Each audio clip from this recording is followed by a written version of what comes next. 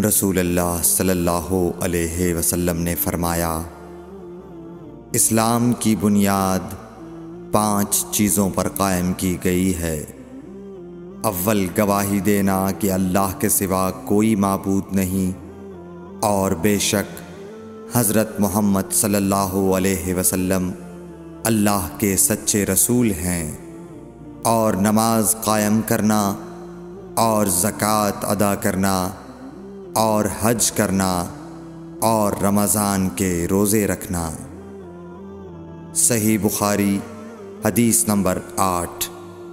نبی کریم صلی اللہ علیہ وآلہ وسلم نے فرمایا کہ ایمان کی 60 سے کچھ اوپر شاخیں ہیں، اور حیا شرم بھی ایمان کی ایک شاخ ہے۔ صحیح بخاری حدیث نمبر 9۔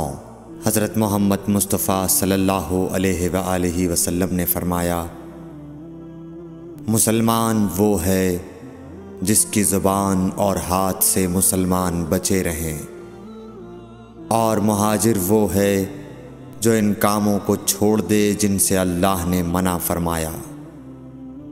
صحیح بخاری حدیث نمبر 10۔ لوگوں نے پوچھا، یا رسول اللہ، کون سا اسلام افضل ہے؟ تو نبی صلی اللہ علیہ وسلم نے فرمایا، وہ جس کے ماننے والے مسلمانوں کی زبان اور ہاتھ سے سارے مسلمان سلامتی میں رہیں۔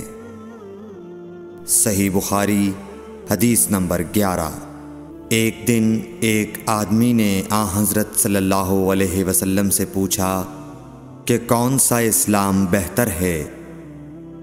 فرمایا، یہ کہ تم کھانا کھلاؤ اور جس کو پہچانو اس کو بھی اور جس کو نہ پہچانو اس کو بھی، الغرض سب کو سلام کرو۔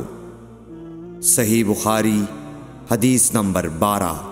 حضور اکرم صلی اللہ علیہ وآلہ وسلم نے فرمایا، تم میں سے کوئی شخص ایماندار نہ ہوگا جب تک اپنے بھائی کے لیے وہ نہ چاہے جو اپنے نفس کے لیے چاہتا ہے۔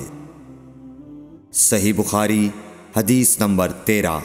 رسول کریم صلی اللہ علیہ وسلم نے فرمایا، قسم ہے اس ذات کی جس کے ہاتھ میں میری جان ہے، تم میں سے کوئی بھی ایماندار نہ ہوگا جب تک میں اس کے والد اور اولاد سے بھی زیادہ اس کا محبوب نہ بن جاؤں۔ صحیح بخاری حدیث نمبر 14۔ حضرت صلی اللہ علیہ وسلم نے فرمایا، تم میں سے کوئی شخص ایماندار نہ ہوگا جب تک اس کے والد اور اس کی اولاد اور تمام لوگوں سے زیادہ اس کے دل میں میری محبت نہ ہو جائے۔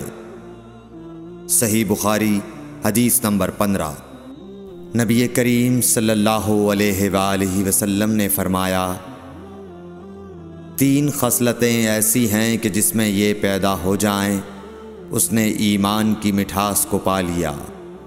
اول یہ کہ اللہ اور اس کا رسول اس کے نزدیک سب سے زیادہ محبوب بن جائیں۔ دوسرے یہ کہ وہ کسی انسان سے محض اللہ کی رضا کے لیے محبت رکھے۔ تیسرے یہ کہ وہ کفر میں واپس لوٹنے کو ایسا برا جانے جیسا کہ آگ میں ڈالے جانے کو برا جانتا ہے۔ صحیح بخاری حدیث نمبر 16۔